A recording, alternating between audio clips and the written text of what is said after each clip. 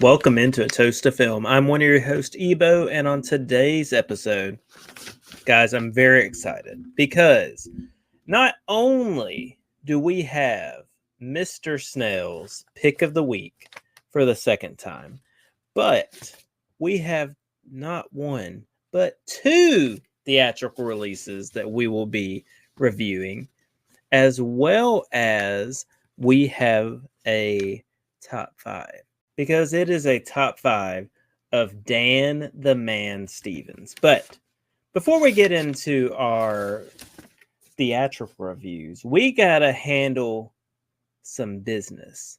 Some Mr. Snail business. That's right. Mr. Snail and his pick of the week. Week one, we had a pick from old Jerry, Hoojas. And this week, we had a pick from my buddy Rico. And let me make sure I get this title correct. Neon Genesis Evangelion, The End of Evangelion. So this is a film that is like the last two episodes, the ending of the show, Evangelion, which I had heard of for years, but I'm not quite as well versed in anime as people would think. But I went into this and I had no context. I was like, my buddy Rico wanted me to check it out. I'll put it on the list. Mr. Snail decreed that we watch this. So, I gotta tell y'all, another anime, another whiny punk of a lead character. So, the Evangelion is they have these giant mech suits that they control, that they use against angels. And they got it by experimenting on angels. And there were no angels left, so the humans decide to start killing each other. I mean, 5 minutes in, our lead does something lewd while someone's in a coma. Let me just tell y'all, Shinji Ikara sucks, okay? The lead character, Shinji Ikara, Lil Punk, okay? Y'all don't need to check this dude out. He's a terrible lead. There's some cool art, but this anime, I'm not adding it to my list when there's so many other animes to check out. Great stuff like from when I was younger, Inuyasha, Trigun, Cowboy Bebop, of course, Sergeant Frog, Sailor Marionette J, some, Cardcaptor Sakura, great stuff. And then nowadays there's, pretty cool stuff. So for me, I mean, this terrible pick, not digging it. I already broke the news to him. He was very distraught. But that is okay because this is Mr. Snail's time to shine. I'm sorry, guys. We're still figuring out the video thing. We're an audio podcast, but we're figuring it out. And we got Mr. Snail. And y'all know how it works. We got 20 picks. And then Mr. Snail will let us know what our future holds. And guys, let me tell you, here are the picks. So we got Bridget Jones's Diary, Electric Dreams, At Eternity's Gate, Chopping Mall, Food Fight, Reroll into a double feature. Very excited about that possibility. The Tubi pick of the week, Walmart bin pick of the week, Peacock pick of the week, The Worst Witch, Big Trouble in Little China, Waxwork, the miscellaneous pick of the week, the Disney Plus pick of the week, The Last Dragon, The Natural, a pay-for streaming rental of the week, Rye Lane, Aliens, and if it is a Nat 20, the Eddie pick of the week. Stay tuned for that. But guys, I have the D20 ready to go, so let's see what our future holds. Hopefully you're playing along with us at home. We have a 14, which is the Disney Plus pick of the week, and it is X2. That's right. Everyone has been going to see, Deadpool and Wolverine. It's recently crossed $1 billion at the box office. And so I just was like, you know what? I am a big, defender of X2. I always talk about how it's the best of the original trilogy. So Stay tuned with us. Check out the Mr. Snail pick of the week and come back in 2 weeks. We will review this and then we will get a new pick of the week. But Mr. Snail, he has done his job. He's going to go back into retirement for 2 weeks. But let's get into some films. So first up, we have Cuckoo. This is from Director Tillman Singer, and it has Hunter Schafer as Gretchen and Dan Stevens as Herr König.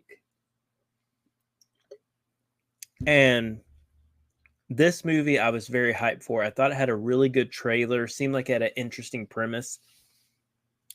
For me, it didn't quite live up to what I want it to be. It was more of a, character piece at time, more of a slow burn sci-fi movie, whereas I was expecting, maybe a creature feature, maybe just a standard sci-fi, maybe a little bit of horror. And you get this kind of experimental slow burn of a sci-fi. When Hunter Schafer, her and her family move to the the German Alps with to hang out with old Dan Stevens as Herr König, and then craziness ensues. There's something in the woods, mysteries will be revealed, and it's good. It's not great. It's not like a Long Legs or a First Omen where you're like, oh man, or Immaculate or even Oddity, which was a good, nice little slow but a nice surprise. This, I just feel it's a good film, but it's not a great film, and not everything has to be a great film. You can have a good film. It's perfectly acceptable. And I think Cuckoo, it's one that will do good on streaming. Hopefully people check it out. But for me, it's like a 3.2, 3.3 out of 5 cheers. I think it's enjoyable, but I don't think it's something that's going to end up in my top of the year, or maybe even not end up in my honorable mentions. Whereas previously, based on, the trailers and all, I was very hyped for it. But I still think overall, good film. Now, I cannot say the same about my next film. This is Borderlands from old Eli Roth, based on the video game series. I've never played the video games. I went into this, I was like, you know what, Eli Roth, bring it to me. Let's see what we got. We got some good names. Cate Blanchett's Lilith, Ariana Grande as Tiny Tina, Kevin Hart is Roland, Jack Black is Claptrap.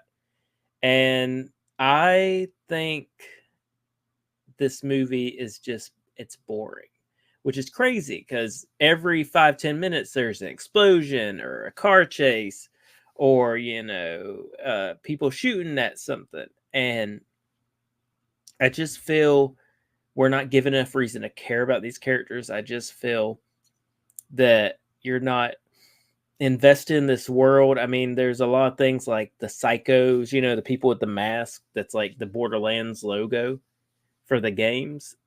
That's not really explained. I just feel like not enough is explained, but it's also not fun enough for you to, miss that.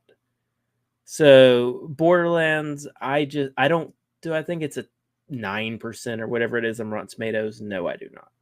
But do I think that this film could be a lot better, should have been a lot better? Yes, I do. I would give this maybe like 1.5 out of 5 cheers. It's definitely bad, but it's not the worst thing ever. I mean, I'd probably watch Madame Web again before this, because at least Madame Web is so terrible you can enjoy the ride when you're laughing at it. But guys, we're at the end of the episode, which means a top 5. And we are toasting this week with a nice European-style cider from Stella Artois, Mr. Dan Stevens, the man, the myth, the hunk, the legend. And, from Downton Abbey to Beauty and the Beast, this man can do no wrong, whether the property is good or not. But let's get in the top 5. Pretty interesting top 5. So number 5, I'm going to go with Frank from Abigail. He's this kind of sleazy ex-cop from New York. He has a very thick accent. I thought this was a fun role for him. And Abigail, great movie. If you haven't seen Abigail, top tier. Check it out. But this, it was between this and Beauty and the Beast. And I just don't think of Beauty and the Beast when I think of Dan Stevens, even though he was the Beast in live action.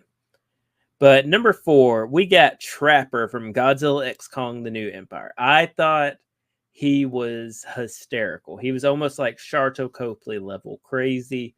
He was having a good time. He was one of the bright spots of that movie.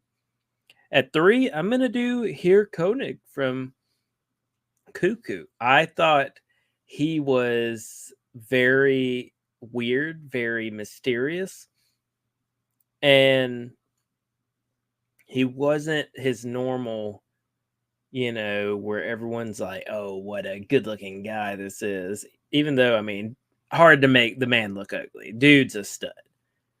But let's get into the meat and potatoes of this list. Number 2, we got David from The Guest. This film, so good. Words can't describe. Just go into The Guest. If you haven't heard of it, look it up. The Guest, Dan Stevens. Watch it without any context. You're going to have a great time. But there is no way you can do a Dan Stevens list without the number 1 role that this man has ever done. And that is Alexander Limtov from Eurovision Song Contest, The Story of Fire Saga. First of all, incredible movie. Second of all, this dude in the movie as this flamboyant singer. He has the coiffed hair. He has the suits. He's trying to do it for Mother Russia. And he is singing about love. And it is hysterical. Dan Stevens, he is a worldwide treasure. I'm not going to say a national treasure. He's a worldwide treasure who everyone should love. So, we're keeping this episode short and sweet, just like your boy. And guys, I hope you've been enjoying Mr. Snail's Pick of the Week. And if you want to, tell me what films need to be added, I'm always looking to update because every time we roll, something has to go in that spot. But you can do it so many ways. Check us out on Instagram and TikTok, a Toast of Film, all one word. Or hit me up on Twitter, @film_toast. And from Trey, myself, and Mr. Snail, we just wish you a good night and good viewing.